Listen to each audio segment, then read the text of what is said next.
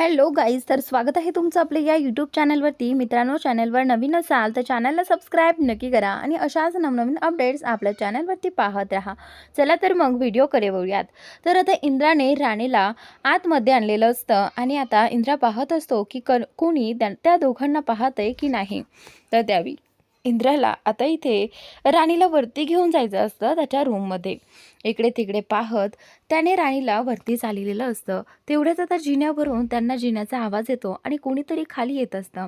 तर आता इंद्रा आणि राणी दोघेही जण मागे हटतात आणि जिन्याच्या शेजारी तिथे लपून बसतात. वरतून अजित जो आहे तो फोनवरती बोलत येत असतो आणि आल्यानंतर आता तो तसाच पुढे निघून जातो बोलता बोलता. त्यानंतर इंद्रा जो आहे तो राणीला गप्प करत असतो, कारण इंद्राला वाटतं की कदाचित कोणी आपलं बोलणं ऐकेल. म्हणूनच आता इंद्राने इथे राणीचं तोंड दाबलेलं आहे. आणि आता अजित गेल्यानंतर इंद्रा जो आहे तो राणीला बोलतो की चल आता आपण जाऊयात, असं म्हणत आता तो पुन्हा तिचा हात पकडतो आणि वरती घेऊन जायला लागतो. तेवढ्यातच समोरून आता त्याला त्याची आई येताना दिसते. तर आता मालती जी आहे ती वरतून येत असते. तेवढ्या तिच्या लक्षात येतं की कदाचित तिचा फोन वरतीच राहिलेला असतो. म्हणूनच आता ती फोन आणण्यासाठी बोलते की अरे यार, मी तर फोन विसरूनच आले. लगेचच ती फोन आणायला पाठीमागे जाते आणि इकडे इंद्रा जो आहे तो वरती आलेला असतो आणि तो पाहतोय की आईने राणीला येताना पाहिलं नाही. तर लगेचच इंद्रा बोलतो की चल पटकन.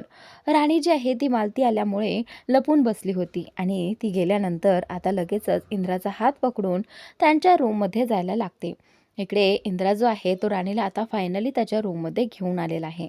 इंद्राला वाटतं की आता राणी जी आहे ती आता त्याच्याच रूममध्ये राहणार आणि इथे तिला पाहण्यासाठी कोणीही येणार नाही. पण आता राणीचं हे म्हणणं असतं. राणी म्हणते की आधी सगळ्यांना वाटतं की आपण सगळ्यांना फसवलंय खोटं बोलून, आणि आता आणखीन एक खोटं, नाही सर, मी असं खोटं नाही वागू शकत. तर आता इंद्रा बोलतो की हे बघ, काही दिवसांचा तर प्रश्न आहे. तर आता राणी म्हणते की नाही सर, मला हे बरोबर वाटत नाही. तर आता इंद्रा बोलतो की नाही राणी, तुला इथेच राहावं लागेल. तर आता इंद्रा जो आहे तो बाहेर पडतो आणि त्यानंतर इकडे आता अजित जो आहे तो खाली आलेला असतो आणि आल्यानंतर आता इथे इंद्रा, मालती मॅडम सगळेजण बोलत असतात की चला 2-2 घास खाऊन घेऊयात. तेवढ्यात अजित बोलतो की काय 2 घास? विक्रांत दादा घरात नसताना माझ्या घशाखाली घास जाणार नाही. खरं तर विक्रांत दादा घरात नाहीये आणि त्यामुळे मला त्रास होतोय. मला माहीत नाही बाकीच्यांना त्रास होतोय की नाही. आणि तुम्हाला जेवायचं असेल तर जेवा, कारण तुम्हाला काय फरक पडतो ना तो आहे की नाही. कारण हे सगळं फक्त इंद्रादादाने त्याला बाहेर जाण्यासाठीच केले ना. तर त्यावेळी आता इथे इंद्रा आणि आबा दोघेही जण असतात. त्यावेळी आबा बोलतो की हे बघ अजित, असं काही नाही आहे.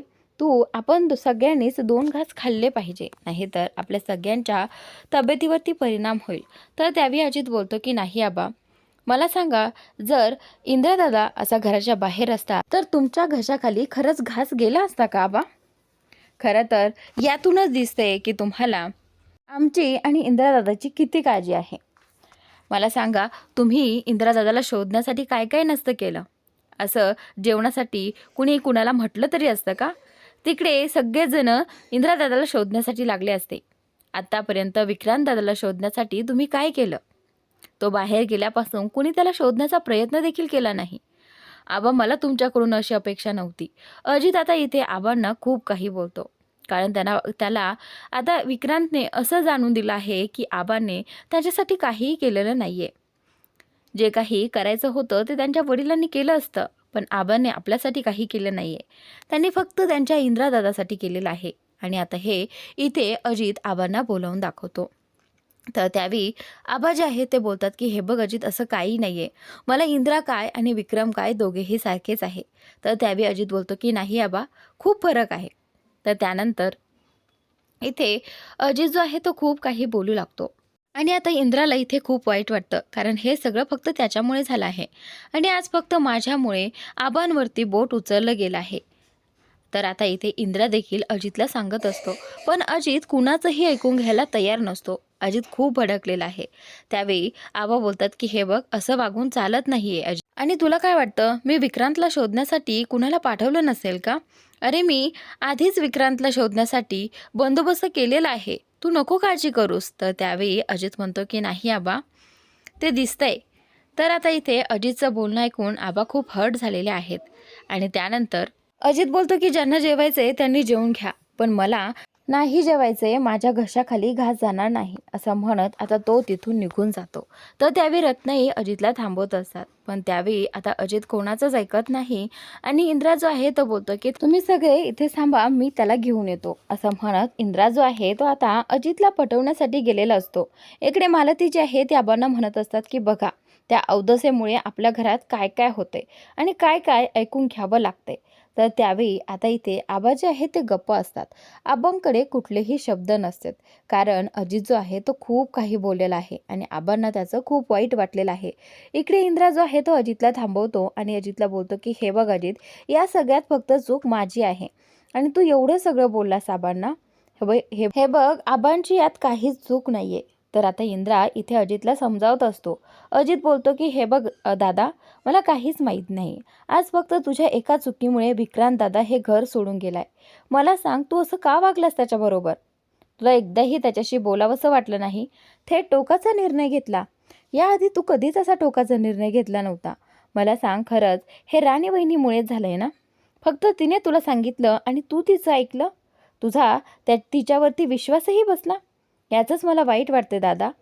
तू आम्हाला तुझा भाऊ मानतोस ना, मग तू असं कसं वागू शकतोस? तर त्यावेळी इंद्रा जो आहे तो बोलतो की हे बघ अजित, माझ्याकडून चूक झाली, मी मान्य करतो.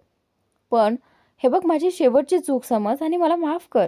आणि मी खरं तर सगळं काही दुरुस्त देखील करायला तयार आहे. पण तू असा डोक्यात राग घालून घेऊ नकोस आणि आबांशी असं टोकाचं बोलू नकोस. तर त्यावेळी इथे अजित जो आहे तो बोलतो, खरं तर मला वाटलं होतं की राणी वहिनी सगळ्यांचा विचार करून चालतात, पण नाही. मालती आई जसं बोलत होत्या तसंच राणी वहिनी हे घर तोडायला आली आहे. यावरून तर असंच दिसतंय. आणि माझ्या मनातून आता राणी वहिनी कायमची उतरली आहे. तर आता राणी जी आहे ती रूममधून हे सगळं बोलणं ऐकत असते आणि त्यानंतर ती आता पूर्णपणे तुटून जाते, कारण तिला खूप वाईट वाटतं. अजित जे काही बोलला त्यावरून इकडे इंद्रालाही वाईट वाटतं. खरं तर राणीची यात चूकच नसते, हे इंद्राला माहीत असतं. पण अजितला, बाकी घरच्यांना तर असंच वाटत असतं की हे सगळं फक्त राणीमुळे झालेलं आहे. राणीने हे इंद्राला सांगितलं नसतं तर कदाचित हे झालंच नसतं. तर त्यावेळी आता इथे इंद्रा बोलतो की हे बघ अजित, तुला माझ्यावरती विश्वास आहे की नाही? तर त्यावेळी अजित बोलतो की नाही दादा, माझा विश्वास होता तुझ्यावरती, पण आता नाहीये. तर हे ऐकल्यानंतर इंद्राला खूप वाईट वाटतं आणि इकडे राणी जी आहे ती बोलणं ऐकत असताना तिलाही खूप वाईट वाटतं. राणी बोलते की हे फक्त माझ्यामुळे झालं आहे. मी जर इंद्रा सरांना सांगितलं नसतं तर कदाचित हे सगळं घडलंच नसतं. इकडे आबा, मालती आणि रत्नाई सगळेजण अजित आणि इंद्राची वाट पाहत असतात. तर आता इंद्राने इथे अजितची माफी मागितली आहे आणि त्याला वचन दिलं आहे की तो विक्रांत आणि उर्मिलाला घेऊन घरात येईल, असं म्हणून आता इथे अजित जेवणासाठी आलेला आहे. इंद्रा आल्यानंतर रत्नाईला बोलतो की काकी, खरं तर माझी चूक झाली आहे, मला माफ करा. पण काकी, मी विक्रांतची सुद्धा माफी मागेन आणि त्याला लवकरात लवकर घरी घेऊन येईन. तर आता इथे रत्नाई देखील गप्प असते.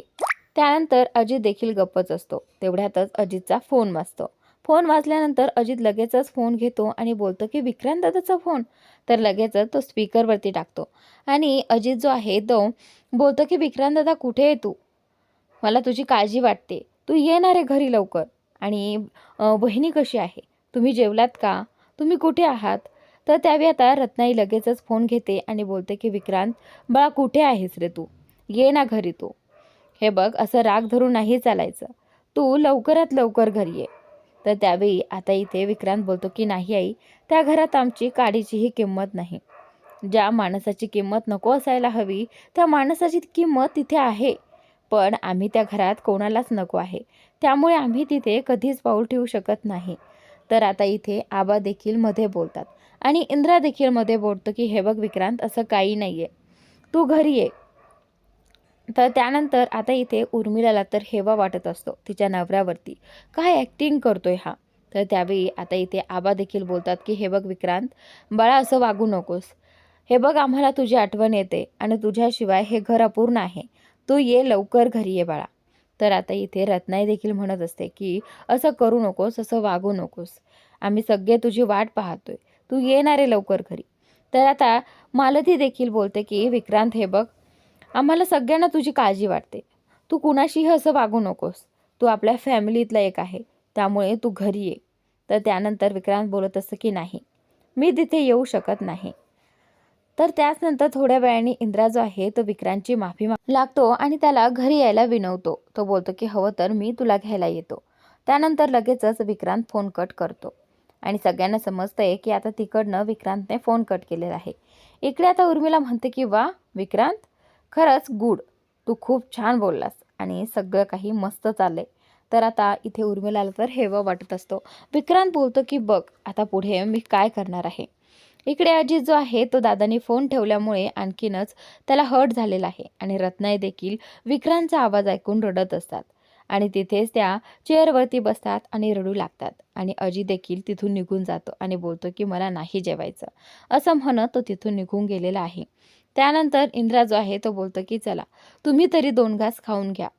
तर त्यानंतर आबा देखील नाही म्हणतात आणि मालती आई देखील नाही म्हणते आणि इथे रत्नाई देखील रडत बसलेली असते. त्यावेळी मालती म्हणते की हे बघ इंद्रा, हे सगळं कसं वाटतंय तुला पाहायला, काय करून बसलास इंद्रा हे सगळं. तर आता इंद्रा जो आहे तो बोलतो की हे बघ आई, तुम्ही सगळे काळजी करू नका, मी विक्रांतला घरी घेऊन येईन आणि तेही मानाने. तर त्यानंतर अजित तिथून निघून गेलेला आहे आणि इकडे इंद्रा जो आहे तोही इमोशनल झालेला आहे. त्यालाही वाईट वाटत असतं की माझ्या एका चुकीमुळे हे काय होऊन बसलं. तर आता पुढील भागात मालती जी आहे ती आबांकडे येऊन म्हणत असते की मला ती मुलगी या घरात नको आहे, लवकरात लवकर त्या दोघांचा डिवोर्स झालाच पाहिजे. आणि इकडे राणी इंद्राकडे आलेली आहे आणि इंद्राला म्हणत असते की मी बुवांना आणि आईला भेटण्यासाठी चाललेली आहे. तर आता ती त्याची परवानगी घेऊन चाललेली असते. तर आता इथे हा जो व्यक्ती आहे तो विक्रमचा व्यक्ती, तो राणीच्या पाठीमागे लागलेला असतो, कारण त्यांना हे शोधायचं असतं की बुवांना नक्की कुठे लपून ठेवलेलं आहे. तर आता राणी बुवांना भेटण्यासाठी निघालेलीच असते. वाटेत जात असताना तिला संशय येतो की कुणीतरी तिचा पाठलाग करत आहे. तर राणी तिथे थांबलेली आहे. तर मित्रांनो, आजचा भाग इथे संपलेला आहे. पुढील भाग नक्की पहा आणि चॅनलला सबस्क्राईब नक्की करा.